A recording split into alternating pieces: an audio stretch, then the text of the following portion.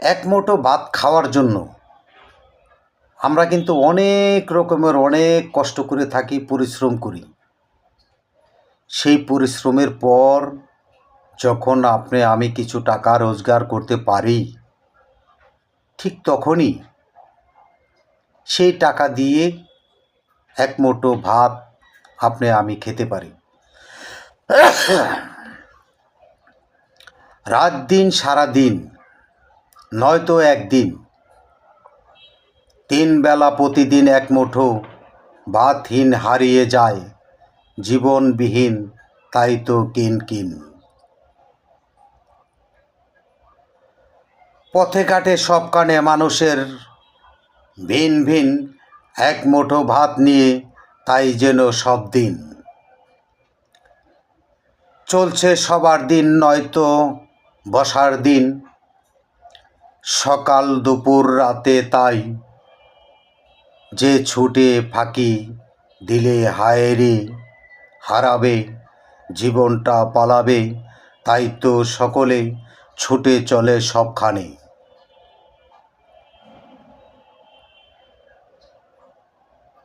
এক মুঠো ভাতের তরে ছুটাছুটি, এইখানে তবু সংগ্রামে। জীবনের এই মানে এখানে বসিবার নয় রে, আকাশ অবকাশে চলিবার নিয়মে জীবনটা চলবে। মিটিমিটি একদিন আলো যে নিভবে, এক মুঠো ভাত তখন আর নাহিরে চাইবে। পরিশ্রম করলে অবশ্যই ভাত জুটবে, আর সেই ভাত আমার পরিবার খেতে পারবে।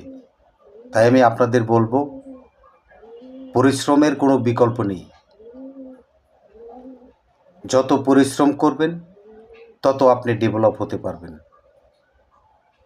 একটা কথা মনে রাখবেন, বসে খাইলে রাজার গোলাও কিন্তু শেষ হয়ে যায়।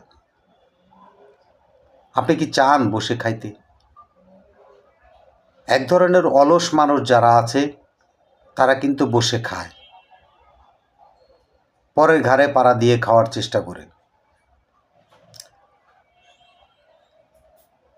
সেই লোকগুলি নিজের পরিবারের দুঃখ বেদনা বোঝে না, না বোঝার কারণে তিনি পরের ঘাড়ে পাড়া দিয়ে খাওয়ার চেষ্টা করেন। তিনি যদি পরিশ্রমকে যদি মূল্যায়ন করতেন, তাহলে কিন্তু তার কোনো ভাতের অভাব থাকতো না।